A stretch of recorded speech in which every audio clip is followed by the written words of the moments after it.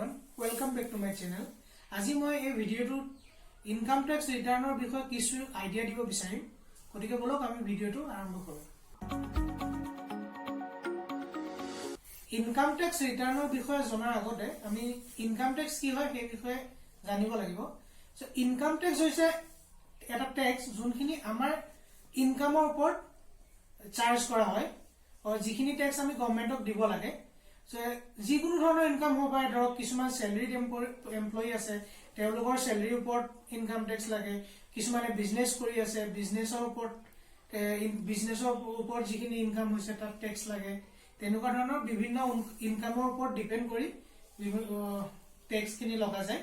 আৰু আমাৰ ইনকামখিনি আমি এখন ফৰ্মৰ যোগেৰে ইনকাম টেক্স ডিপাৰ্টমেণ্টক জনাওঁ। সেই ফৰ্মখনকেই একচুৱেলি কোৱা হয় ইনকাম টেক্স ৰিটাৰ্ণ। তো তাত আমি আমাৰ কিমান ইনকাম হৈছে, ইনকামৰ ওপৰত কিমান আমাৰ টেক্স হৈছে, সেইখিনি কেলকুলেট কৰি পেলাই আমি ফৰ্মখনত ইনফৰমেশ্যনখিনি দিওঁ, যাতে গভৰ্ণমেণ্টে গম পায় আমাৰ ইমানখিনি ইনকাম এইটো বছৰত আছিল আৰু ইমানখিনি আমাৰ তাৰ ওপৰত টেক্স হৈছে। ভিডিঅ'টোত আগবঢ়াৰ আগতে মই দুটা টাৰ্ম আপোনালোকৰ আগত ক'ব বিচাৰিম। এটা হৈছে প্ৰিভিয়াছ ইয়াৰ বা ফিনেন্সিয়েল ইয়াৰ বুলি যাক কোৱা হয়, আৰু এটা হৈছে আপোনাৰ এছেছমেণ্ট ইয়াৰ। প্ৰিভিয়াছ ইয়াৰ বা ফিনেন্সিয়েল ইয়াৰ কাক কোৱা হয়? ধৰক আমাৰ 2019-20 চনত আমি ইনকাম কৰিছো, গতিকে 19-20 চনটো হ'ব আমাৰ কাৰণে ফিনেন্সিয়েল ইয়াৰ।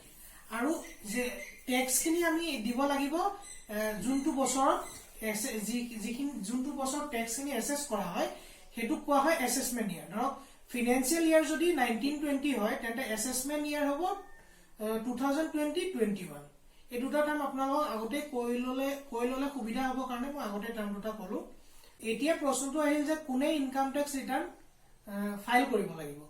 চাওক, যোন আমাৰ ইণ্ডিভিজুৱেল আৰু যাৰ বয়স আপোনাৰ 60 বছৰতকৈ কম, তেওঁলোকৰ যদি ইনকাম 2.5 লাখতকৈ বেছি হৈছে তেন্তে তেওঁলোকে ইনকাম টেক্স ৰিটাৰ্ণ কৰিব লাগিব। আৰু যাৰ বয়স 60 বছৰতকৈ বেছি বা 60 বছৰ, তেওঁলোকে আপোনাৰ যেতিয়া তেওঁলোকৰ ইনকাম 3 লাখতকৈ বেছি হৈ যাব তেতিয়া ৰিটাৰ্ণ কৰিব লাগিব। আৰু 80 বছৰ যেতিয়া ক্ৰছ হ'ব, তেওঁলোকে যদি তেওঁলোকৰ ইনকাম 5 লাখতকৈ বেছি হয় তো তেওঁলোকে তেতিয়া ইনকাম টেক্স ৰিটাৰ্ণ ফাইল কৰিব লাগিব। আৰু কোনোবাই যদি ভাবে নিজাববীয়াকৈ ইনকাম টেক্স ৰিটাৰ্ণ ফাইল কৰিবলৈ, ডেফিনেটলি তেওঁলোকে ইনকাম টেক্স ৰিটাৰ্ণ ফাইল কৰিব লাগে, তাত কোনো প্ৰব্লেম নাই। চ' বলক আমি ভিডিঅ'টোত আগবাঢ়ো আৰু চাওঁ আমাৰ কি কি ধৰণৰ ইনকাম টেক্স ৰিটাৰ্ণ থাকে, টাইপবোৰ কি কি, সেই বিষয়ে আমি কিছু চাম এতিয়া। বলক চাওঁ ইনকাম টেক্স ৰিটাৰ্ণ। তো আমি চাওঁ বলক কি কি টাইপ হয় ইয়াৰ। তো প্ৰথমতে হ'ল ইণ্ডিভিজুৱেলৰ কাৰণে 4খন ইনকাম টেক্স ৰিটাৰ্ণ থাকে। সেইখন হৈছে ITR 1, 2, 3 or 4। বিভিন্ন ধৰণৰ ইনকামৰ ওপৰত ডিপেণ্ড কৰি এইবোৰক ভাগ কৰা হৈছে আৰু বিভিন্ন ইনকাম অনুযায়ী সেই ধৰণৰ আমি ইনকাম টেক্স ৰিটাৰ্ণ ফাইল কৰোঁ। তেনেকৈ ধৰক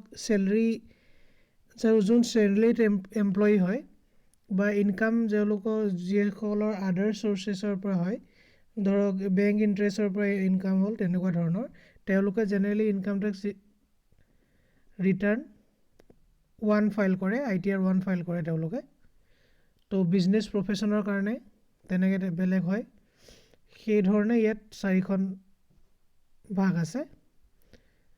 এইখন হৈছে ইণ্ডিভিজুৱেলৰ কাৰণে, যোন ধৰক কোম্পানী বা ফাৰ্ম তেনেকুৱা নহয়, ইণ্ডিভিজুৱেল পাৰ্চনৰ কাৰণে হয় এইখন ৰিটাৰ্ণ।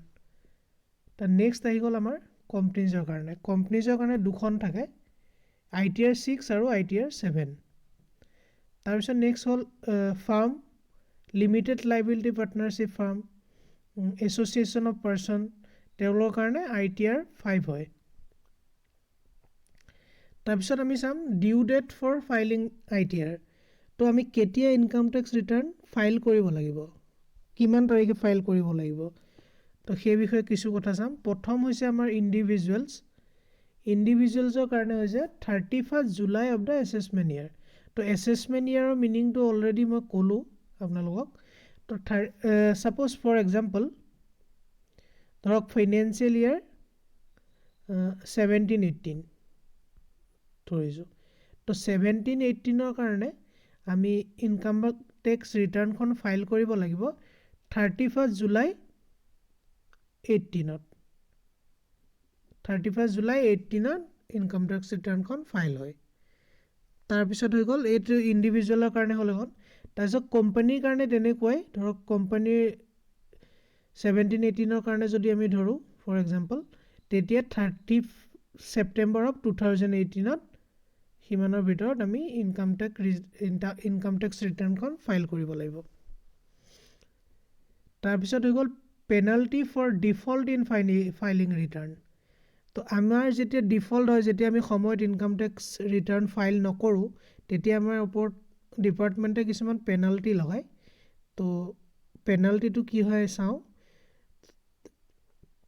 যদি ইনকাম টেক্স ৰিটাৰ্ণ যেনেকৈ আমি ইয়াত আগত ক'লোঁ 31 জুলাইত ফাইল কৰিব লাগে তো 35 জুলাই বা 30 ছেপ্টেম্বৰ কোম্পানীসকলে 30 ছেপ্টেম্বৰ আৰু ইণ্ডিভিজুৱেলে ধৰক 31 জুলাইত ফাইল কৰিব লাগে এই ডিউৰেশ্যনত যদি ফাইল নকৰে আৰু যদি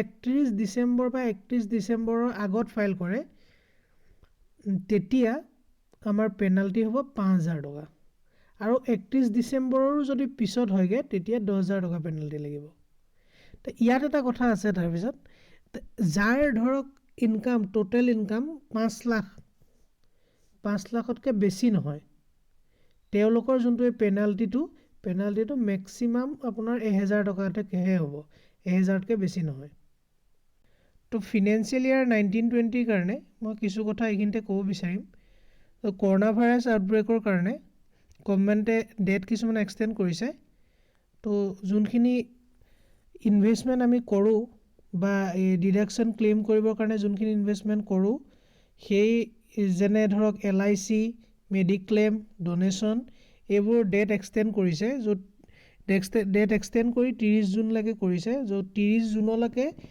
যোনে ইনভেষ্টমেণ্ট কৰে তেওঁলোকে কৰিব পাৰে আৰু এইখিনি যোনখিনি ডিডাকশ্যন হয় তেওঁলোকে ক্লেইম কৰিব পাৰিব ৰিটাৰ্ণ ফাইল কৰাৰ সময়ত তো গতিকে এইখিনি আছিলে এইখিনি বিষয়ে মই আপোনালোকক কিছু অৱগত কৰিলোঁ তো আমি বহুতে ভাবোঁ যে আমি ইনকাম টেক্স ৰিটাৰ্ণ ফাইল কৰিব লাগে নে কৰিব নালাগে তো মই ক'ব বিচাৰোঁ যে ইনকাম টেক্স ৰিটাৰ্ণ আমি ফাইল কৰিব লাগে কাৰণ আমাৰ ধৰক লোন ল'বৰ কাৰণে বেংকে লাষ্ট 3 বছৰ ইনকাম টেক্স ৰিটাৰ্ণ বিচাৰে আৰু বহুতো ধৰণৰ ধৰক আমাৰ TDS যদি ডিডাক্ট হৈছে ধৰক চেলাৰী পাৰ TDS ডিডাক্ট হৈছে নহ'লে ধৰক আমি যদি ফিক্স ডিপজিট কৰিছোঁ ফিক্স ডিপজিটত যদি 10,000তকৈ বেছি ইণ্টাৰেষ্ট আমি পাওঁ তেতিয়াও আমাৰ TDS কাটে বেংকে তো সেইখিনি যেতিয়া আমি ৰিফাণ্ড ক্লেইম কৰিবলগীয়া হয় তেতিয়া আমি ইনকাম টেক্স ৰিটাৰ্ণ ভৰিব লাগে গতিকে ইনকাম টেক্স ৰিটাৰ্ণ ভৰাটো প্ৰয়োজনীয় যিখিনি আমাৰ সুবিধাহে হয় বৰঞ্চ আমি ইনকাম টেক্স ৰিটাৰ্ণ ভৰিলে